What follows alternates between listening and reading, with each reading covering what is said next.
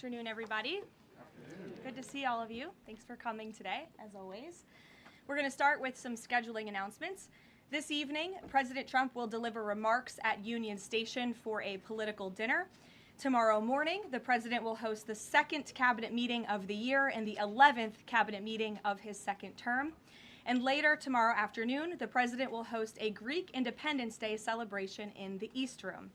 On Friday, the president will celebrate National Agriculture Day alongside nearly 1,000 farmers who are coming in from across the country for the first event of the season on the South Lawn, so pray for good weather, to highlight the president's successful policies in support of America's farmers, including efforts to lower input costs, open new trade markets, bolster the farm safety net, double the death tax exemption, end taxes on rural property loan interest, and create rural opportunity zones. Also, I'm pleased to announce that President Trump's meeting and long-awaited meeting with President Xi in China will now take place in Beijing on May 14th and 15th. First Lady Melania and President Trump will also host President Xi and Madam Peng for a reciprocal visit in Washington, D.C. at a later date to be announced this year. Turning to the ongoing military operations in Iran, the United States military continues to decimate the terrorist Iranian regime's offensive and defensive capabilities. Just over 3 weeks in, it's abundantly clear that Operation Epic Fury has been a resounding military triumph. More than 9,000 enemy targets have been struck to date. Compared to the start of the operation, Iran's ballistic missile attacks and drone attacks are down by roughly 90%. The United States is also annihilating the Iranian regime's navy.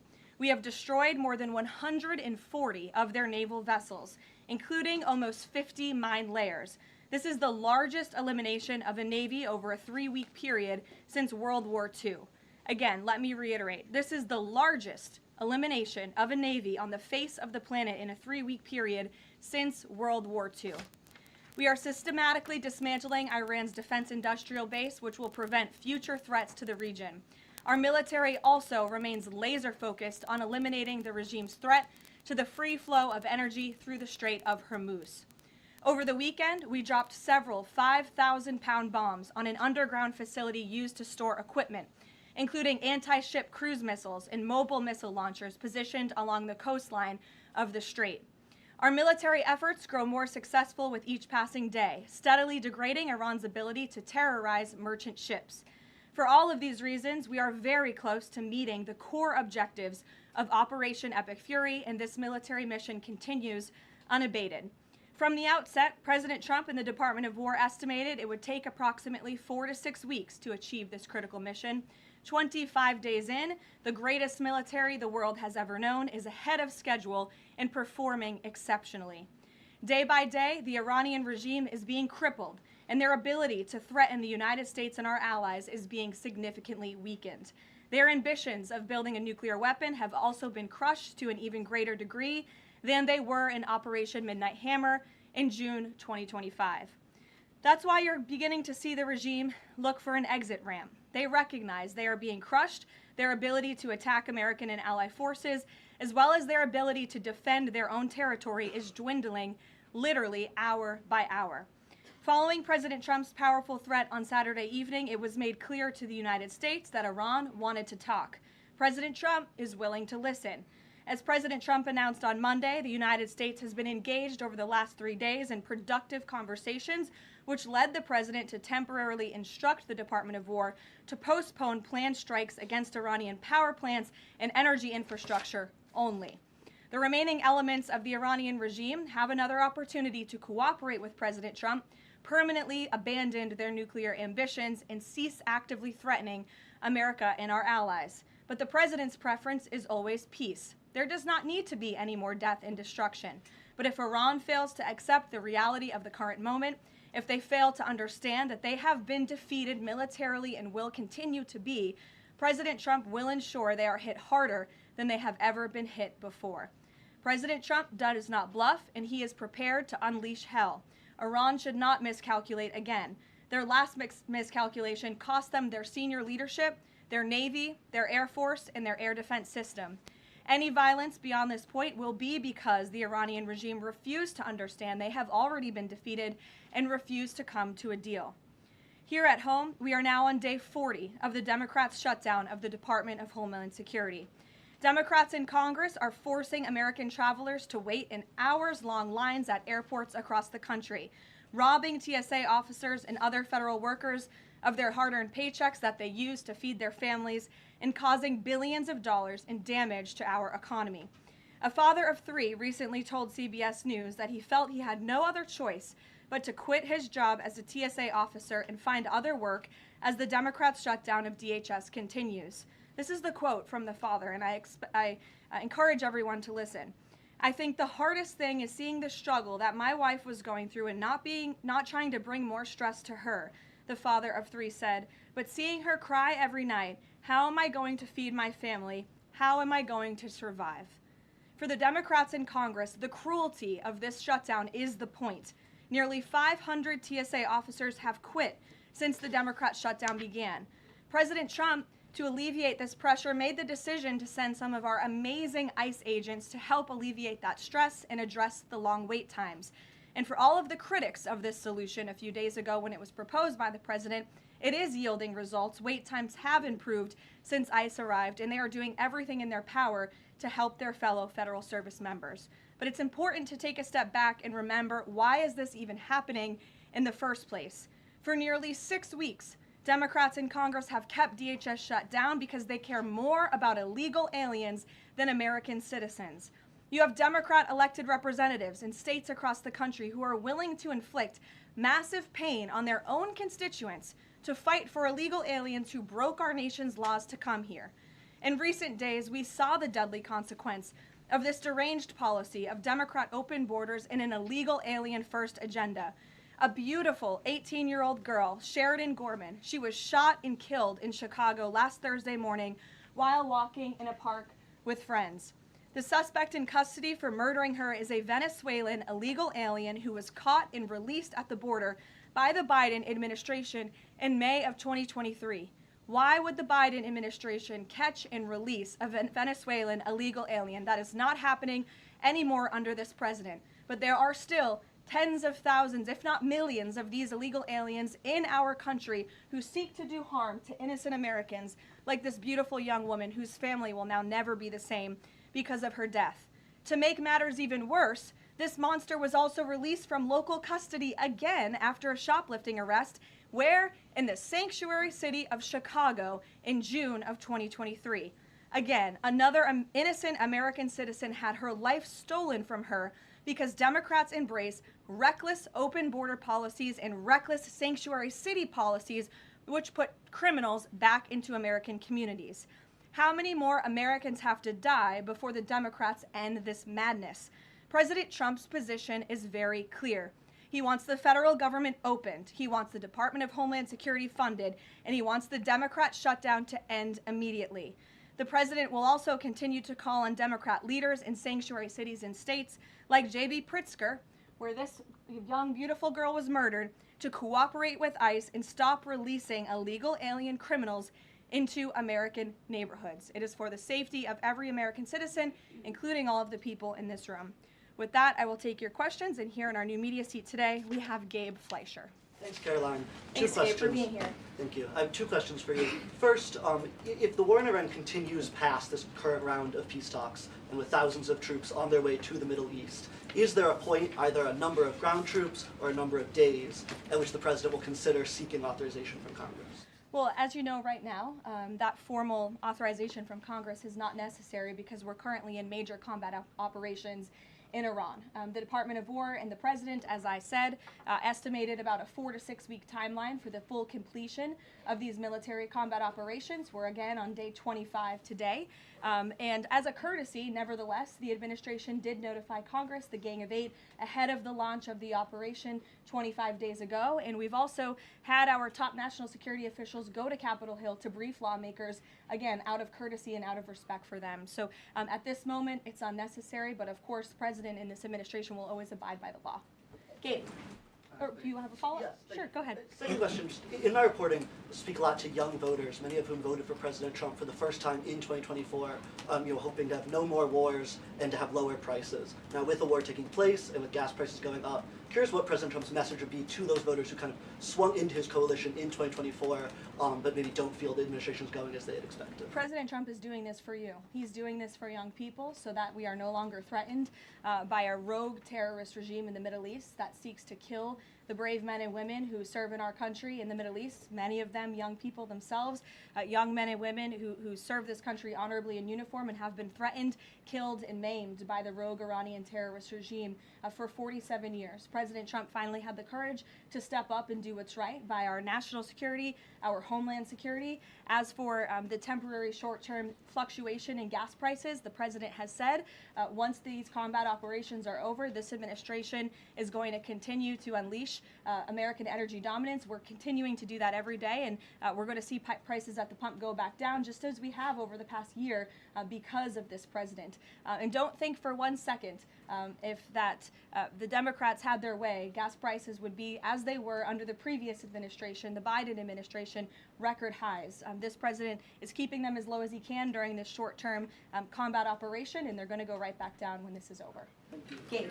Thank you, Caroline. Just within the past few hours, Iranian state TV has said that Iran has rejected the U.S.'s 15-point plan to end the war. What's the White House's response to that, and have these talks hit a dead end? They have not. Talks continue. They are productive, as the president said on Monday, and they continue to be. However, I saw a 15-point plan that was floated in the media.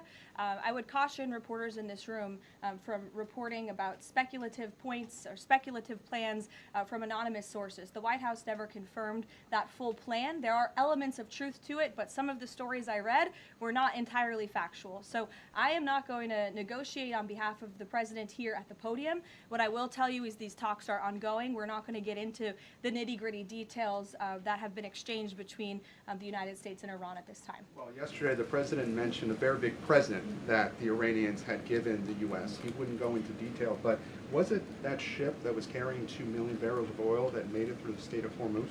I'll let the president speak on that at the appropriate time. And then finally, Caroline, today Iraq's government reportedly is planning to lodge a protest with the U.S. According to the Wall Street Journal.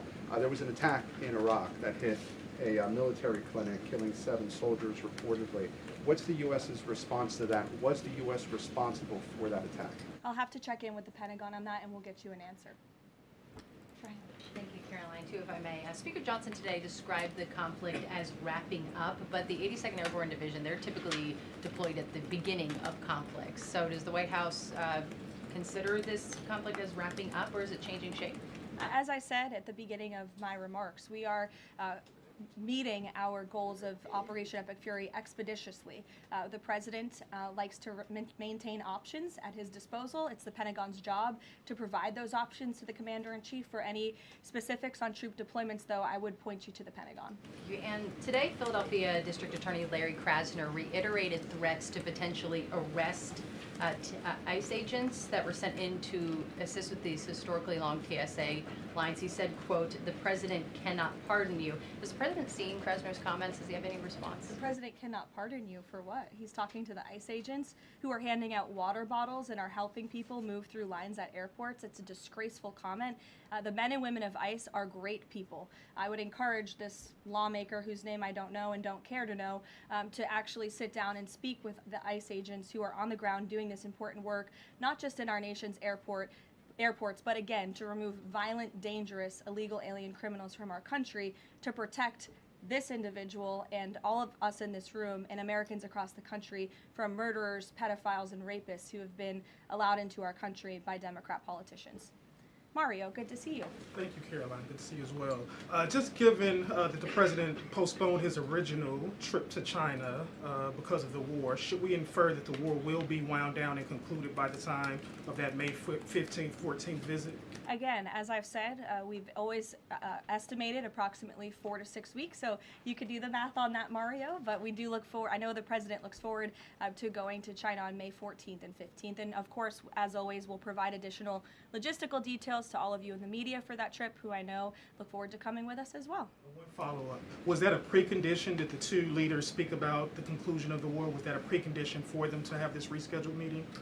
No, there was a discussion about the rescheduling of the meeting between the president and President Xi. President Xi understood that it's very important for the president to be here throughout these combat operations right now.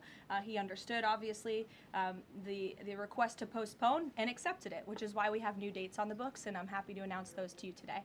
Jennifer. On the negotiations with Iran, are there still face-to-face talks planned perhaps in Pakistan? And who do you think would probably be going? Again, I've seen a lot of speculation and reporting about potential talks that could happen later this week. Nothing should be deemed official until it is announced formally by the White House. I would not get ahead of our skis on reporting about any talks this weekend until you hear directly from us. Does the president think that all of the allies will go along with whatever the U.S. concludes with these Iranians? Are you expecting that Israel and all the other allies will follow whatever agreement is made? I think the president has shown that he is absolutely the leader of the free world, the head of the most powerful military in the world, and in various examples, so the 12-day war between Iran and Israel, the ceasefire between Israel and Gaza, the president has shown a very unique skill at getting our allies to get on board with what's in the best interest of the United States, but also the world in cases of foreign policy like this. Ed. Yeah, thanks, Karoline. So, is there a time frame as to when the first oil tanker can go through the Strait of Hormuz freely? It's a very good question, Ed. I don't have a specific timeline for you today, but it's obviously something the administration is working towards as quickly as we can. And with respect to oil, as you know, the administration has taken a number of actions to stabilize the markets. We directed the U.S. DFC to offer reasonably priced political risk insurance for takers through the strait. We issued that temporary waiver to allow countries to purchase sanctioned Russian oil to alleviate global pressures. We're working with the IEA to coordinate the release of another 400 million barrels. We issued that 60-day Jones Day Act waiver. And then just today, EPA Administrator Lee Zeldin, if you missed it, in consultation with the Department of Energy, announced a temporary emergency fuel waiver to allow nationwide sales of E15, gasoline blended with 15% ethanol, to remove all federal impediments to selling E10 gasoline across the country. The emergency fuel waiver will temporarily waive the summer low volatility requirements and blending limitations for gasoline to provide additional flexibility to the fuel marketplace. So as far as tankers through the strait, something we're tracking very closely, but obviously the administration is coming up with creative new solutions by the day to keep the price of oil stable, something the president wants to see. And I know Secretary Bessent, Secretary Wright, Secretary Burgum, EPA Administrator Zeldin are all working together closely to find ways to do that. The president gave that 5-day timeline for pause in operations. Would a tanker going through the Strait of Hormuz be one of the conditions that he would extend that? That's only something the President of the United States can answer. I won't get ahead of him. How about on TSA? Can I ask you about the TSA lines? Sure. Are the TSA lines, that we've all seen the video of that from various airports, is that going to be what ends the stalemate in Congress to get DHS funded? Well, look, it's the Democrats who have led to this stalemate over the past 6 weeks. The president and the Republicans' position has been very clear. Fund the Department of Homeland Security. And we have attempted in good faith numerous times, both the president himself and lawmakers on the Republican side on Capitol Hill, to go to the Democrats with reasonable offers, with real solutions. They'll ask for something, we'll give them that concession, and then they say, oh wait, that's not enough, actually. So I think that's why I said earlier, the cruelty is the point. They want this chaos. They want to distract, I think, from the success of our military overseas right now, totally obliterating the Iranian regime. And it's very unfortunate because there's only, the only people that are suffering from this are the American people. And I hear that Democrats might be flying out of town tomorrow. How convenient and lovely of them that they get to go to the airport and that they'll get to go home to their families when you have families, TSA workers who are suffering. You have people across the country who are missing flights for funerals and for work commitments because of Democrat politicians on Capitol Hill. Mary, in the back. Thanks, Karoline. Glad to see you have a seat now. I do. Thank you. Is the White House satisfied with Republican leadership's efforts on the Save America Act? I think the president has made it very clear. He wants everyone on Capitol Hill to move as quickly as possible to get the Save America Act passed, and he wants to see that legislation on his desk as soon as Republicans and Democrats can move to pass it. But are there any lawmakers in Congress that the president is frustrated with on this matter and feels could be doing a better job? I think the president wants to see everybody on Capitol Hill move faster all the time. That he wants everyone in this town to work at Trump speed like we do here at the White House. We'll go to Karen. Two questions on Lebanon, if I can. Is the U.S. providing support at this point for Israel's ongoing offensive in Lebanon? And is the president concerned that right now there are more than 1 million people who've been displaced and potentially could be for a significant amount of time? That's not something I'm in a position to comment on for the first question. To the second question, of course, that's something that would concern the president. I think that's why he's again quickly moving to eliminate the threat of the Iranian regime in the Middle East, including weakening their proxies like Hezbollah, who have terrorized Lebanon for far too long. And I know that the president wants to see this, again, move as quickly as possible as we can over the course of the next couple of weeks here. Kristen. Caroline, a question about the Strait of Hormuz. If these negotiations are not successful, is the only option to reopen the strait in boots on the ground, given that all of our allies have essentially said that they are unable or unwilling to help? Look, that's a hypothetical question. It's a hypothetical question. It's also a decision that would have to be made by the commander-in-chief, and I'm not going to get ahead of him. And in addition to that, when it comes to the Vice President, J.D. Vance, what has changed that has made him more of an active participant in these negotiations with Iran? I don't think anything has changed. The Vice President has always been a key member, the President's right-hand man, and a key member of the President's national security team. He's been part of these discussions throughout this entire course of the administration with respect, again, to the 12-day war that the President and his national security team negotiated a solution to, with respect to the ceasefire between Israel and Gaza and the release of the hostages, which there was a lot of criticism that couldn't get done, and it did. The Vice President has been by the President's side every step of the way, and any reporting otherwise is just completely false. I see him in the room.